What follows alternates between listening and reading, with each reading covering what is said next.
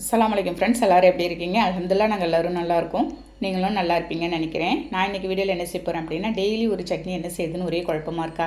நான் செய்கிற மாதிரி இந்த மாதிரி ஒரு டைம் ட்ரை பண்ணி பாருங்க. நல்ல சூப்பரான டேஸ்ட்டில் இருக்கும். இப்போ வாங்க அதை எப்படி செய்யலாம்னு பார்க்கணும்.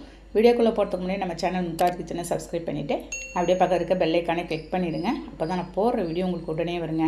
அதுக்கு ஃபஸ்ட்டு ஒரு பேன் ஸ்டவ்வில் வச்சுருக்கேங்க. ஒரு அரை கப்பு இருக்கும். நம்ம வந்து வேர்க்கடலையே ஃபஸ்ட்டு நம்ம வந்து ஒரு 10 நிமிஷம் வறுத்து எடுத்துக்கலாம்.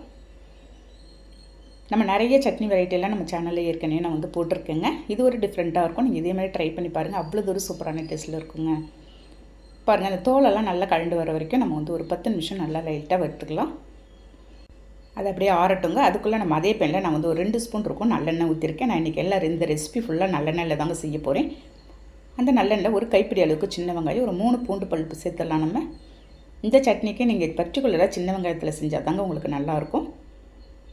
பாருங்கள், அதே லைட்டாக அந்த எண்ணெயில் நான் வந்து வதக்கிறேங்க. ஒரு 50% அந்த வெங்காயம் வந்து உங்களுக்கு அந்த பச்சை வாசனையோடு வதங்கணும். அதுலேயே ஒரு 2 காஞ்ச மிளகாய், ஒரு 2 பச்சை மிளகாய் நான் வந்து கீறி போட்டுடுறேன். காரம் உங்களுக்கு எந்த அளவுக்கு தேவையோ அந்த அளவுக்கு தகுந்த மாதிரி நீங்கள் வந்து காரம் சேர்த்துக்கலாங்க. பாருங்கள், அந்த வெங்காயத்தோட லைட்டாக அந்த மிளகாவும் நல்லா நான் வதக்கிட்டு இருக்கிறேன். இது வந்து ஒரு 2-3 நிமிஷம் லோ ஃப்ளேமில் வச்சு நம்ம எல்லாம் நல்லா வதக்கிடலாம். இப்போ அதுலேயே என்ன செய்யப்போகிறேன், ஒரு கைப்பிடி அளவுக்கு நான் வந்து மல்லியில் சேர்த்துறேன். ஒரு கைப்பிடி அளவை விட கொஞ்சமாக நான் வந்து புதினா சேர்த்துக்கிறேங்க. புதினா நீங்கள் வந்து நிறைய சேர்க்க தேவையில்லை. அதையும் சேர்த்து இதை நல்லா வதக்கலாம். நம்ம ஃபஸ்ட்டு இந்த இலையெல்லாம் நல்லா சுருங்கி வரணும் நமக்கு. பாருங்கள், ஒரு டிஃப்ரெண்ட் டேஸ்ட்லேயும் இருக்கும், நல்ல ஒரு சூப்பரான ஒரு ஃப்ளேவர்லேயும் இருக்கும் இந்த சட்னி. அது அப்படியே இருக்கட்டும், அதுவும் ஆறட்டுங்க. அதுக்குள்ளே நம்ம அந்த வேர்க்கடையில் இருக்க தோலை எல்லாம் ரிமூவ் பண்ணி நான் வந்து எடுத்துகிட்டு போகிறேங்க.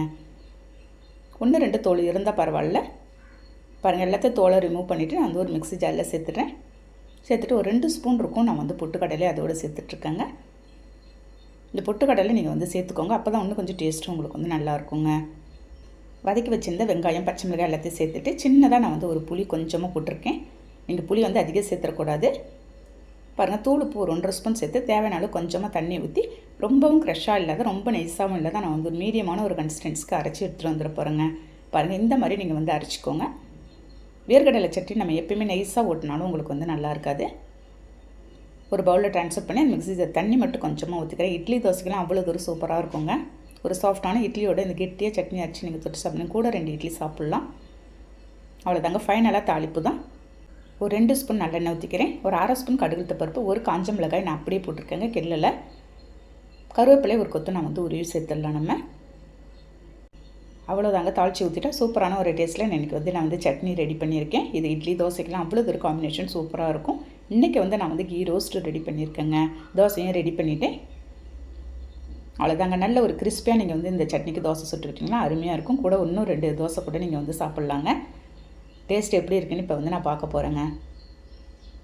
இந்த கெட்டியான சட்னியோடு இந்த கீ ரோஸ்ட்டோடு சாப்பிடும்போது செம்ம சூப்பராக இருக்குது. ஓகே ஃப்ரெண்ட்ஸ், நீங்களும் ட்ரை பண்ணி பார்த்துட்டு எனக்கு கண்டிப்பாக கமெண்ட் பண்ணுங்கள். இந்த வீடியோ பிடிச்சிருந்தால் லைக் பண்ணிவிட்டு ஷேர் பண்ணுங்கள். மறக்காமல் சப்ஸ்கிரைப் பண்ணிவிடுங்க. நெக்ஸ்ட் வீடியோவில் பார்க்கலாம். Okay, thank you, by.